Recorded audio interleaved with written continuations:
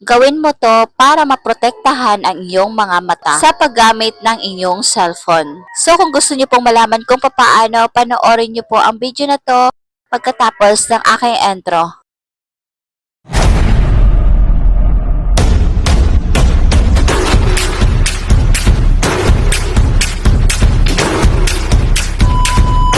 Una guys, punta lang kayo sa inyong settings at itap nyo lang tong display and brightness. Dito ay itap nyo lang tong eye protection para makontrol ang light at display ng ating cellphone. So magiging yellowish na po ang kulay ng ating cellphone. At i-turn on nyo din tong dark theme para sa magandang combination at result na talagang safe na po ang ating mga mata against sa ultraviolet light na pwedeng makasira sa ating mga mata. At pwede din nyong gawin to sa status bar nyo. Scroll down nyo lang pababa at tap nyo lang tong eye protection at dark para ma-deactivate lang ninyo.